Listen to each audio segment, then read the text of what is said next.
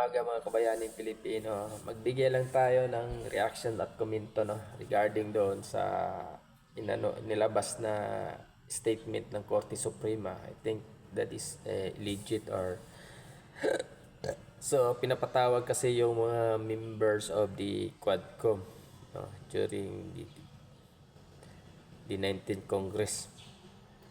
So based on this statement, I did not read yet yung statement na ni-release na nilabas ng Korte Suprema. But mayroon po ako nakita doon sa isang column. Hindi ko lang siya na screenshot. Pero pinapa-submit kasi sila, hiningan sila ng komento at reactions regarding doon sa ginagawa nilang hearing. Dahil unang-una marami pong yung mga vlogger na nagsampa ng mga reklamo, tapos ngayon pinapatawag sila yung member sa Quadcom committee. Hindi naman sila dumadalo, parang nabahag ang buntot. Kung ang Korte Suprema magpapatawag, hindi dumadalo itong mga alimuhong na mga congressman na akala mo pag-aari nila yung House of Representatives. Pag ang mga vlogger na pinapatawag nila, pag hindi mag-attend, grabe kilabot na mura ang abutin mo. Pananakot, kung ano-ano, para lang mag-attend ka, and then pagdating mo naman doon sa committee, so palpaling ka ng husto, mumurahin ka ng husto, babalahurain ang pagkatao mo.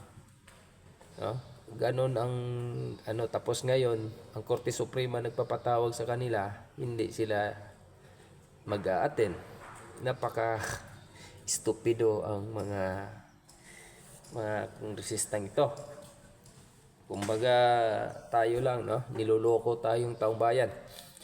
Kasi akala nila that they are mas heed pa sila doon sa voice of the people. Populi boxes ba tawag doon? Populi box. The voice of the people is the voice of the nations. Yun yung dyan akala nila mas superior pa sila doon. Hindi nila alam na ang taong bayan ang nag-iilik sa kanila, kaya nakarating sila dyan sa posisyon. Pwera na lang kung may magic, kagaya ng Comelec. Hindi ka naman inilik ng taong bayan, tapos nakarating ka sa Kongreso. Napaka simpleng black magic ang ginamit ng Comelec. Matatawag naman natin ng magic, mahika. Bakit ka naman nananalo na hindi ka naman binoto ng taong bayan? And then, until now, nakaupo ka pa dyan sa posisyon mo. Di ba? Napaka-inutil. Ay, nako. Hanggang ba kailan tayo magsasakripisyo ng ganito? Hanggang kailan ba natin dadanasin ang lahat ng ito? Di ba mga kabayaning Pilipino? Kayo. Ang nakakawawa kasi dito kayo mga kabayaning Pilipino, yung mga remittances ninyo. Papadala kayo ng magpapadala dito sa Pilipinas, sa mga mahal niyo sa buhay, and then yan, ikukurap lang. Ayun nga, balik tayo doon sa issue na pinapatawag sila ng Korte Suprema para magbigay ng komento. Tsaka by the way yung about kay Stella Kimbo, di ba, pinapasagot yun sila, pinapakomento, pero parang nawala na yung issue na yun Baka ito na siguro na pinapakomento na sila, ano po ba yung nangyayari about doon sa insertions no 2025. Then regarding doon sa Quadcom committee hearing nila, bakit hanggang ngayon wala pa ring nagpe-presenta na umattend sa Supreme Court. Kaya yun yung nakakabuisit pag sila magpapatawag ng mga vlogger para imbestigahan nila doon sa Quadcom committee nila, talagang kakilakilabot ang abutin mo. Tingnan nyo nga yun si Colonel Grijaldo.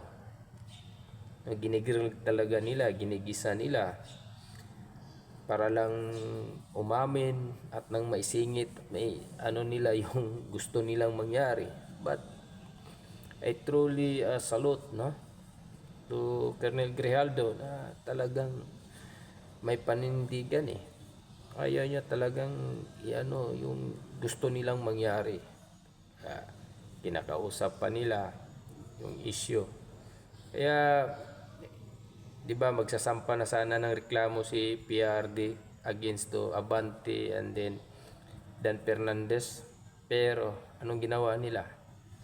Pinakadukot nila si PRD kasi alam nila eh na mabubuljak sila eh, mababalikan sila dahil diyan sa yung Quadcom na yan. Isa din yan sa nagpapa ano kay PRD.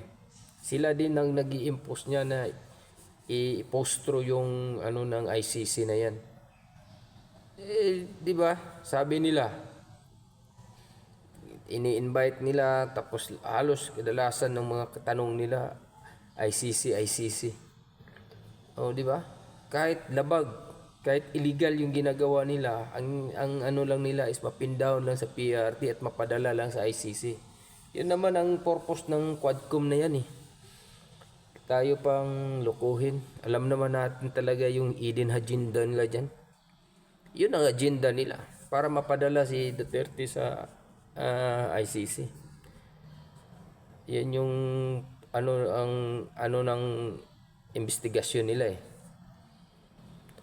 So, hanggang dito na lang tayo mga kabayani Pilipino. Maraming salamat at naway patuloy kayong mag-ingat kung saan man kayo sa lupalop ng mundo. Ingatan po natin palagi yung mga sarili natin. Magandang umaga po. God bless to all.